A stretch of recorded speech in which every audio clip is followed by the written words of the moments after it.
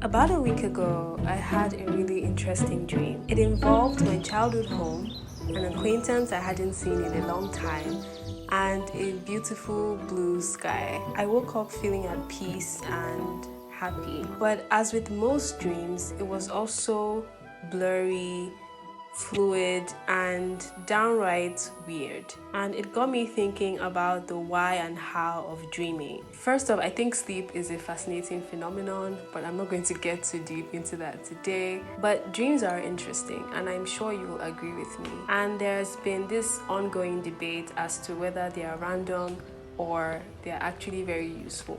But as you and I both know, is anything ever really random? So, alright, let's get to the good stuff. Welcome to the wacky world of dreams.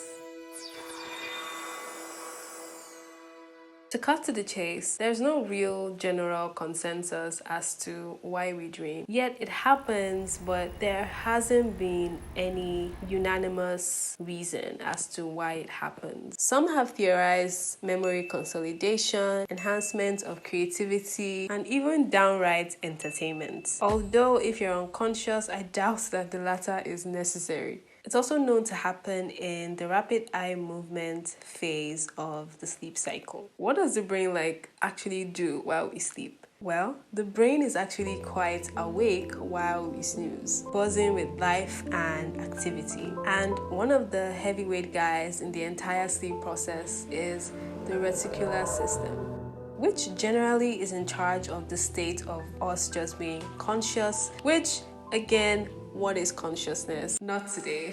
But there isn't just one part of the brain responsible for dreaming. For example, the limbic system, which is responsible for memories and emotions, is also involved. And the visual cortex as well, which is responsible for why we actually see images. But then what of the parts that are inactive? One of these is the motor cortex, so that we don't harm ourselves while sleeping. This is more prominent in some sleep disorders like sleep paralysis, which if you know, unfortunately, you know. Another is the frontal cortex, which we've said it a billion times. It's responsible for rational thinking and reasoning. And this explains why dreams suddenly don't seem so rational or logical when we wake up. There's also a bunch of neurotransmitters that are involved in this entire process, like serotonin and adrenaline, but I won't bore you with the tiny details. But generally, dreaming and sleep as a whole involves the entire brain. Now let's get to the good stuff.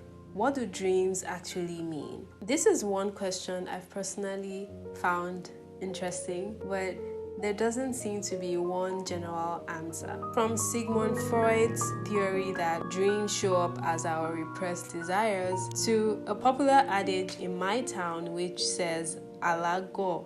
Dreams have confounded humans for eons. But here are a couple of theories I came across. One is to solidify our memories, but that's boring, so let's move to the next one. Dreaming is a thinking process. In fact, it is a continuation of your thoughts from the day. That chatter in your head that goes on all day continues as you drift off to sleep. And once you enter REM sleep, when dreaming takes place, these thoughts continue in symbols and metaphors instead of in words. Also, did you know that dreaming in grayscale is a thing for some people? Perhaps the most popular idea I found was that dreams are nuances of our subconscious. This theory suggests that dreams are not to be taken literally, as they are more like analogies. For example, losing a shoe in real life might mean that there's something you feel like you're missing out on in life.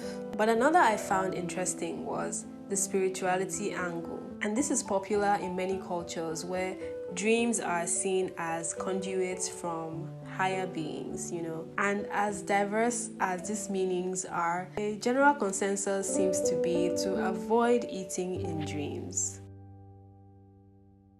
Alright, thank you so much for watching. My name is Ojuolape. I'm a medical doctor and creative living in Nigeria who loves to explore human behavior through my art.